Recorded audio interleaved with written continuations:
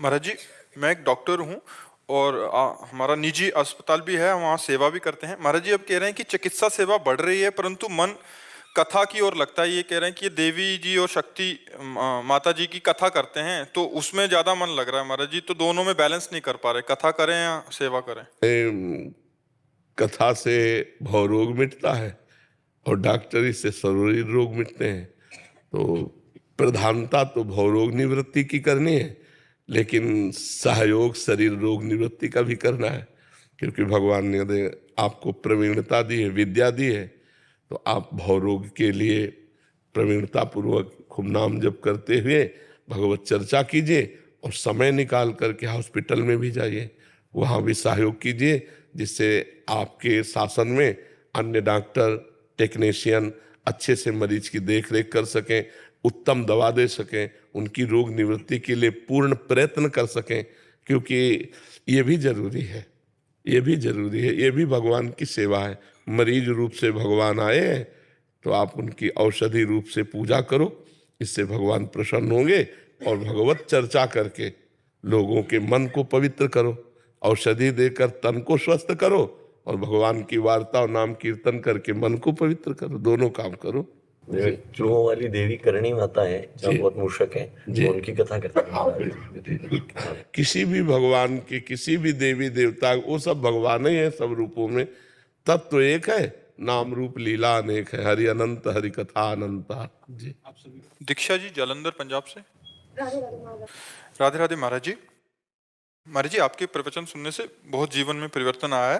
महाराज जी आप कहते हैं कि हमारे साथ अगर कोई बुरा करता है तो हमें ये सोचकर खुश होना चाहिए कि उसका हमारे साथ पूर्व जन्म का कोई ऋण था, तो जो हम उस समय चुका नहीं पाए इसलिए हमारे साथ इस जन्म में बुरा हो रहा है, तो यही सोचकर रख के उन्हें माफ कर देना चाहिए। लेकिन महाराज जी क्या भगवान जी भी यही सोचकर उस इंसान को माफ कर देंगे कि उसका पूर्व का प्रारब्ध था? क्या उसके लिए दुष्ट कर्मों की कोई सजा नहीं, उसको दंड मिलेगा। हम उसको चुपचाप सह भी सकते थे, लेकिन हमने थप्पड़ मारा, ये मेरी नवीन क्रिया बनी और आपका प्रारब्ध क्षय हुआ, अब मुझे उसका भोगना पड़ेगा। हमारे अंदर प्रेरणा हो रही, संयोग भी बना, आप गलत भी किए हैं, लेकिन क्या भारत सरकार ऐसा आदेश करती है क्या?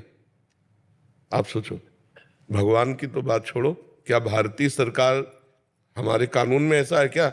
रिपोर्ट करो, ऐसा है? रिपोर्ट करो, मतलब कानून अपने हाथ में नहीं ले सकते आप। तो आपके अंदर प्रेरणा हुई कि मैं इसको पीट दें, उसका प्रारब्ध प्रेरणा कर रहा है, लेकिन आपने नहीं पीटा तो उसका प्रारब्ध क्षय हो गया और आपका नवीन कर्म नहीं बना। अगर आपने पीट दिया तो उसका प्रारब्ध तो क्षय हुआ पीट के, लेकिन आपके लिए नवीन कर्म बन गया। प्रारब्ध से हमारे पास सामग्री आ सकती है, लेकिन भोगे ना भोगे ये हमारे विवेक के ऊपर है। प्रारब्ध बलवान, वो प्रेरित करेगा, लेकिन हम उसे रोक सकते हैं, विवेक के द्वारा उसे रोक सकते हैं। तो अगर हम क्षमा कर दिया तो उसका तो जो कर्म बना उसको तो दंड भोगना ही पड़ेगा। हमारा हृदय निर्विकार हो गया और जिसने हमको गाली दी, जिसने हमारे प्रति कटु व्यवहार किया, वो उसका भागीदार बनेगा, उसको दंड भोगेगा। तो इसलिए हम ये भी ना चाहें कि उसे दंड मिले। संत जन तो भगवान से प्रार्थना करते हैं कि जो हमें गाली दे, जो हमें मारे, जो हमारा अपमान करे, उनको कभी दुख न पहुंचे नाथ, उनको कभी दुख न पहुंचे। इसीलिए तो संतों की महिमा है। तो चलना है निर्विकार होने के लिए अध्यात्म मार्ग में। तो जब हमें कोई अपमान करता है तो हमारा प्रारब्ध क्षय होता है, हम उज्जवल हो रहे हैं और वो मलिन हो रहा है। तो हमारा प्रारब्ध हमें भगवान की तरफ बढ़ाता ले जा रहा है, निर्मल करता हुआ। तो हमें चाहिए कि हम अपने प्रारब्ध को धुल जाने दें, बीच में अड़ंगा ना लगाएं। हमको गाली दी, राधा राधा, चुपचाप निकल गए, खत्म कर, हमारा प्रारब्ध क्षय हो गया। तो ये भाव जो शास्त्र में सिद्धांत है उसके अनुसार चलना चाहिए, जिससे हम बहुत जल्दी निर्मल और आनंद में हो जाते हैं। संसारिक बुद्धि से सोचा जा सकता है कि एक बार गाली दी, अगर मैंने क्षमा कर दिया तो अगली बार और गाली देगा, वो गाली देने लायक नहीं रहेगा। तुम क्षमा करके तो देखो, उमा क्षमा साप होते भारी, अपने कर्म जाय अपकारी। उसको ऐसा दंड मिलेगा कि दोबारा आपसे बोलेगा नहीं, क्योंकि मालिक है ना, इस जगत का मालिक है, वो देख रहा है। अगर 10 बार आपको उससे अपमानित होना लिखा है तो अपमानित होना पड़ेगा, लेकिन 10 बार का अपमान का जो परिणाम उसके पास आएगा वो भूलकर किसी का अपमान नहीं करेगा। भगवान सबके ऊपर विराजमान है, इसीलिए उनको ईश्वर कहते हैं। उनका शासन में थोड़ा देरी तो होगी, लेकिन अंधेर नहीं होगी। देरी इसलिए होगी कि बहुत बड़ा हिसाब किताब है, और फसल आज बोई जाती है तो आज थोड़ी काट ली जाती है, 4 महीना 5 महीना बाद ही उस फसल को हम काट पाते हैं। ऐसे जो हम कर्म कर रहे हैं उनका कालांतर में दंड या पुरस्कार मिलता है, तुरंत तो नहीं मिलता है। हर कर्म का फल तुरंत नहीं मिलता है। बड़ा कर्म हो जाए, जैसे किसी संत की अपमान वृत्ति बन जाए, तो फिर तुरंत लागू हो जाएगा। साधु अवज्ञा तुरंत भवानी, कर कल्याण अखिल के हानि।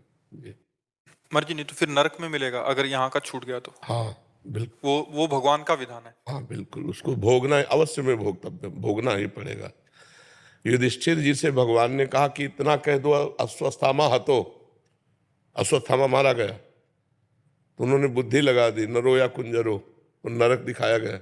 कि केवल आदेश था इतना कि अश्वत्थामा हतो बोलो, लगा दिया नरो कुंजरो, उतने में भगवान ने संकट ध्वनि की और द्रोणाचार्य जी ने अश्वत्थामा हतो, मारा गया। ये युधिष्ठिर बोल रहे हैं, इसका मतलब सत्य। वो तुरंत उदास हुए, धृष्टद्युम्न ने जाके गला काट लिया द्रोणाचार्य जी का, क्योंकि द्रोणाचार्य जी का वध होना अनिवार्य था, इसलिए भगवान ने ऐसे। तो अगर आप अपनी बुद्धि लगाकर झूठ बोले तो आपको नरक दिखाया गया युधिष्ठिर जी को, और कहा जहां ये विचलित हो जाए वहीं पूरा हो गया इनका नरक। उन्होंने जीव देखा, कहाँ मुझे ले आए, तुरंत स्वर्ग पहुंच गए, क्योंकि एक शब्द का झूठ। और यहाँ कितना बड़ा हिसाब किताब है। इसलिए भगवान का नाम जप करे, भगवान की शरण में हो तो जीवन आनंद में हो जाएगा। नहीं इतना लंबा हिसाब किताब कि हम भोग भोग के मरते रहें बार बार, तो भी हम अपने कर्मों का हिसाब नहीं पूर्ण कर पाएंगे। वो भगवान ही माफ कर दे तो बात बनेगी। भगवान की शरण में हो जाओ, भगवान का नाम जप करो, सब ठीक हो जाएगा। ये जो एक बीमारियां आती हैं, ये अंदर एक दुख आता है, जलन से लेकर, अंदर की जलन से लेकर बाहरी भारी विपत्ति तक, ये सब हमारे कर्मों का फल है। कर्म का फल अच्छा आया अंदर के लिए, और अंदर चिंतन बढ़िया होने लगा, मुस्कुरा रहा है, अब आनंद में डूबा जा रहा है। और कर्म का फल बिगड़ा, अब ऐसे व्यक्ति का चिंतन करा रहा है कि वो जल रहा है, बेमतलब जल रहा है। चिंतन कर्म का फल उसको भुगताने के लिए अब घंटों जल रहा है उसी विषय को सोच के, और घंटों एक आनंदित हो रहा है उसे। इसलिए अच्छे कर्म करो, उसका परिणाम अच्छा होगा, बुरे कर्म करोगे उसका परिणाम बुरा होगा। डिप्रेशन आदि यही बुरे कर्म का ही परिणाम। सब कर्मों के अनुसार, अंदर से एक जलन की रेखा से लेकर भारी से भारी विपत्ति तक सब कर्मों का फल है।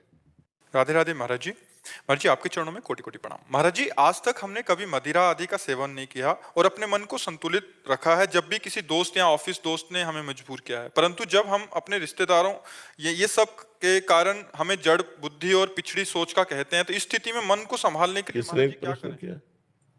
नहीं, आप गलत आचरण न करें तो आपको जड़ बुद्धि का कहा जाएगा क्या? तो मुझे लगता है उल्टा है।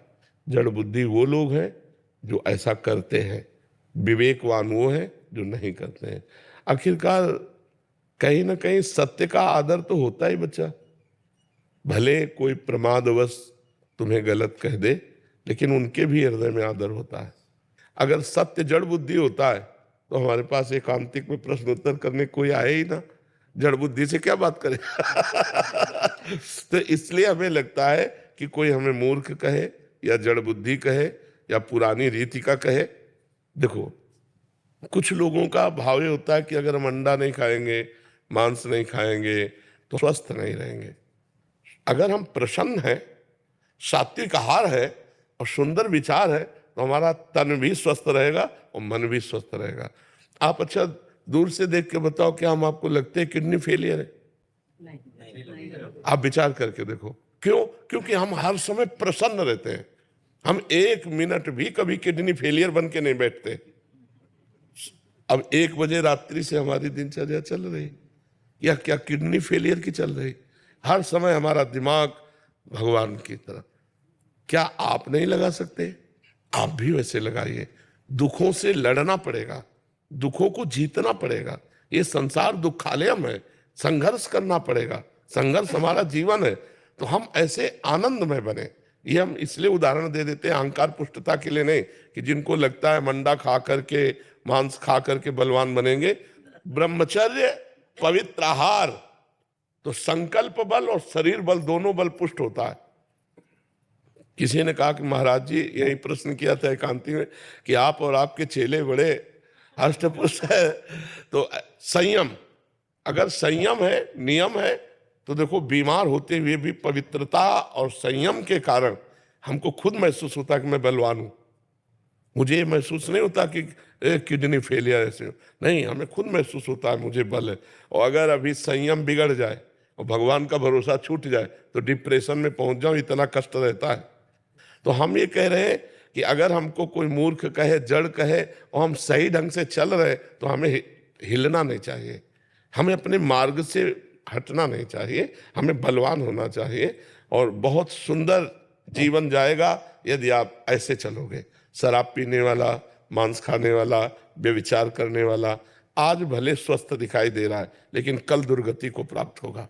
आप आज भले दुखी हो, लेकिन कल आप सदगति को प्राप्त होंगे, कल आप अच्छा जीवन व्यतीत करेंगे। इसलिए हमको अच्छे आचरणों में दृढ़ रहना चाहिए। सामने वाला निंदा करे तो भी, अगर सामने वाला निंदा कर रहा है मैं गलत हूं, तो सुधार करना चाहिए, बुरा नहीं मानना चाहिए। सामने वाला निंदा कर रहा मैं गलत नहीं हूं, तब तो मुस्कुराना चाहिए, फिर शोक नहीं करना चाहिए कि वो कहे जड़ बुद्धि, तो अपने को विद्वान दिखाने के लिए हम शराब पी लें, हम मांस खा लें, ऐसे गंदे आचरण नहीं करना चाहिए। काफी बच्चे तो महाराज जी इसी उसमें आ जाते हैं, दबाव में आके भी गलत आचरण करने लगते हैं। गलत है, गलत है। वो बच्चे कम बुद्धि वाले हैं।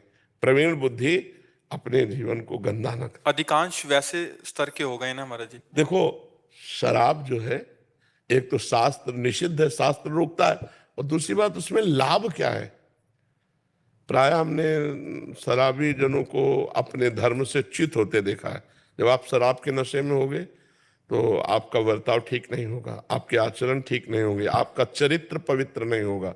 और नालियों में तो पड़े आप देखते ही, उस नालियों में पड़े आप देखो ना, नालियों में पड़े दिखाई देते, पैसा गया, स्वास्थ्य गया, इज्जत गई। भला ऐसा क्यों? जब हमारे शास्त्र रोकते हैं तो शराब नहीं पीना चाहिए, और जब तक ब्याह ना हो तब तक ब्रह्मचर्य से रहो। ब्याह हो जाए तो एक पत्नी व्रत धारण करो। ये जो चला है ना गर्लफ्रेंड बॉयफ्रेंड, ये बहुत नरक है, बहुत अपवित्र जीवन, पूरी गृहस्थी को चौपट कर देने वाला जीवन है। मान लो जो बच्ची बच्चा 2-4 बच्ची बच्चों से संबंध रखते हैं, वो कभी ब्याह करके एक में टिक पाएंगे क्या? उनकी गंदी आदत बनी रहेगी, उनका जीवन व्यर्थ हो जाएगा, गृहस्थी संबंध टूट जाएंगे। इसीलिए नए नए ब्याह होते हैं, डिवोर्स हो जाता है। ये कोई जीवन है?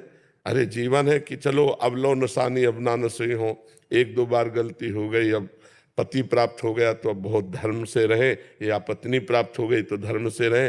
लेकिन आजकल शराब पीना और नया नया व्यभिचार करना, और जैसे बने वैसे धन कमाना, यही उद्देश्य रह गया है। गृहस्थी के लिए ब्रह्मचर्य क्या नियम होना चाहिए महाराज?